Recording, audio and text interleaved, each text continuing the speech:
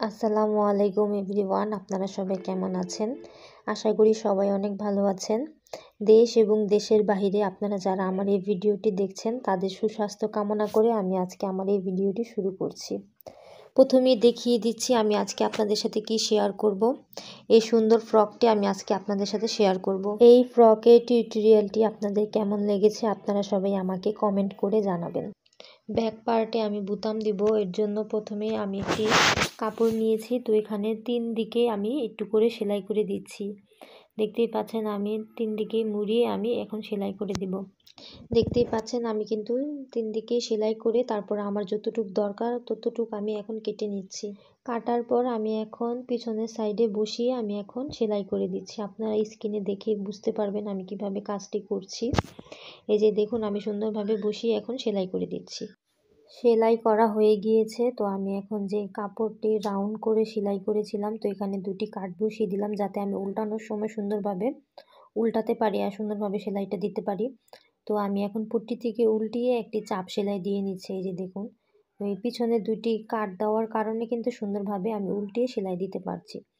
তো যখন এই রাউন্ড টাইপের জিনিসপত্র সেলাই করা হয় তখন কিন্তু সাইড থেকে একটু কেটে নিলে সুন্দরভাবে সেলাইটা করা যায়। এই জন্য কিন্তু আমি এভাবেই সেলাইটা করে নিচ্ছি। আমি এখন কাঁধ জয়েন্ট করব, এর জন্য আমি সামনের পার্টটি পিছনের পার্টের সাথে জয়েন্ট করে এখন কাঁধটি সেলাই করে নিচ্ছি। আপনারা স্ক্রিনে দেখলেই বুঝতে পারছেন। তো আমি এখন এটা সোজা করে একটি চাপ সেলাই দিয়ে দিচ্ছি, এতে ফিনিশিংটা খুব ভালো আসে। আমি এখন গলায় পাইপিং দেব, এর জন্য সুন্দরভাবে আমি প্রথমে 1.5 ইঞ্চি কাপড় নিয়েছিলাম, এখানে আড়াআড়িভাবে কেটে তারপর আমি কিন্তু গলার মধ্যে পাইপিংটা তৈরি করি, এতে করে সুন্দর করে ফিনিশিং আসে আর সুন্দরভাবে উল্টানো যায়। এর জন্য কিন্তু আমি এভাবে তৈরি করে থাকি আড়াআড়িভাবে। আপনারা যখন কোনো পাইপিং তৈরি করবেন তখন কিন্তু আড়াআড়িভাবে কাপড় কেটে নেবেন। তো আমি গলাটা ফিটিং করার পর এখন কিন্তু আমি উল্টা দিক দিয়ে এখন আমি সেলাই করে দিচ্ছি। এই যে দেখতেই পাচ্ছেন আমি উল্টা দিক থেকে দৌড়ে আমি এখন সেলাই করে দিচ্ছি। এতে করে কিন্তু সুন্দরভাবে গলাটির মধ্যে পাইপিং তৈরি করা হয়ে যায়।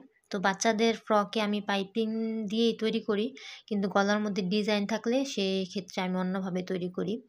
তো এই যে দেখতেই পাচ্ছেন আমি কিন্তু পাইপিং দেওয়া হয়ে গিয়েছে। তো আমি এখন ঘেরের অংশের নিচে কুচি দিব। তো কুচির নিচে আমি এখন হেম করে নিব, এর জন্য প্রেসার ফুটটা চেঞ্জ করে নিয়েছি।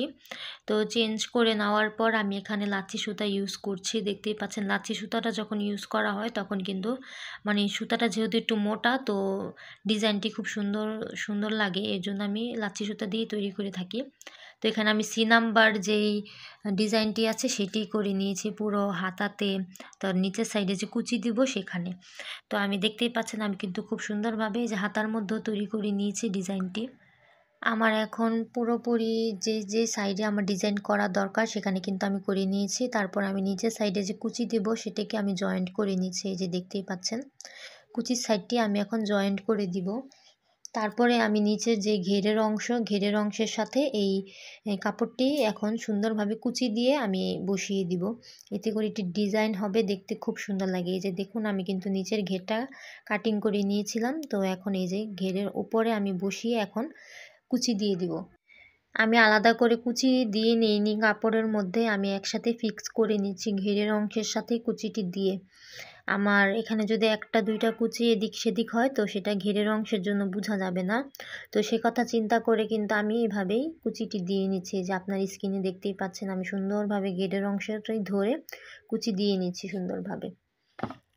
এতে করে আমার এক শিলিতেই সুন্দরভাবে কুচিটিও হয়ে যাচ্ছে, আবার ঘেরের অংশের মধ্যে কুচিটি ফিক্স করাও হয়ে গেল। তো এভাবেই আমি পুরো অংশটা করে নিব। তো পুরো অংশটা করে নেওয়ার পর যে আমি কুচির সাইডে যে একটি সেলাই দিয়েছি সেখানে কিন্তু আমি একটি ডিজাইনের যে ডি নাম্বার সেলাইটা আছে তো সেটা আমি এখন হলুদ কালার সুতা দিয়ে করে নিচ্ছি।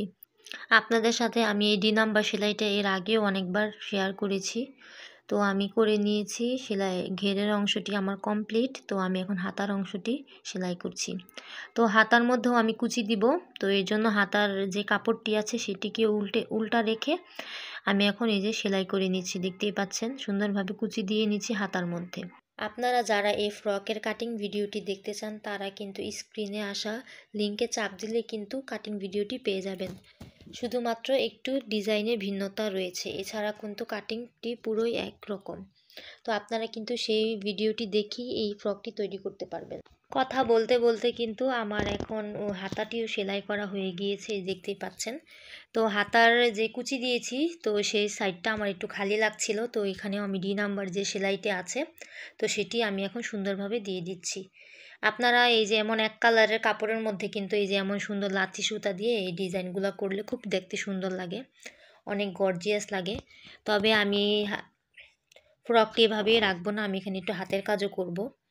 তো এই যে দেখতেই পাচ্ছেন আমার কিন্তু হাতার মধ্যেও কিন্তু এই ডি নাম্বারের সেলাইটি আমি হলুদ কালারের সুতা দিয়ে করে নিচ্ছি।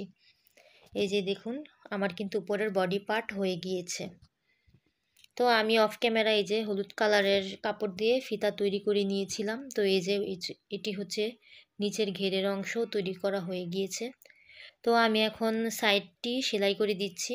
এই যে দুটি অংশ একসাথে ধরে আমি এখন সাইডটি সেলাই করে দিচ্ছি। তো এখন আমি ফিতাটিও অ্যাডজাস্ট করে দিচ্ছি, এই যে সুন্দরভাবে ফিতাটি রেখে আমি এখন সেলাই করে দিচ্ছি। মানে উপরের যে বডির পার্টের যে জয়েন্ট আছে তো সেটি আমি এখন এই যে এখানে দিয়ে নিচ্ছি। বডি পার্ট সেলাই করা হয়ে গিয়েছে। তো আমি এখন এই যে উপরের পার্ট আর নিচের পার্ট একসাথে সোজাভাবে ধরে আমি এখন উপরের পার্টটি উল্টা দিকে ধরে আমি এখন সুন্দরভাবে যে সেলাই করে দিচ্ছি। এই যে দেখতেই পাচ্ছেন আমি কিন্তু সুন্দরভাবে সেলাই করে দিলাম। তো এই সেলাইটি দিলে কিন্তু আমার ফ্রকের সেলাইটি শেষ।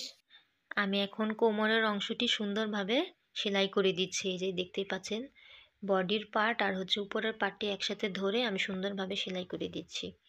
তো এই যে দেখুন আমার ফ্রকটি কিন্তু রেডি হয়ে গিয়েছে। এই যে সুন্দরভাবে তৈরি করে নিয়েছি আমি ফ্রকটি। সবাই কিন্তু জানাবেন আপনাদের কার কার কাছে কেমন লেগেছে, কমেন্ট করতে কিন্তু ভুলবেন না।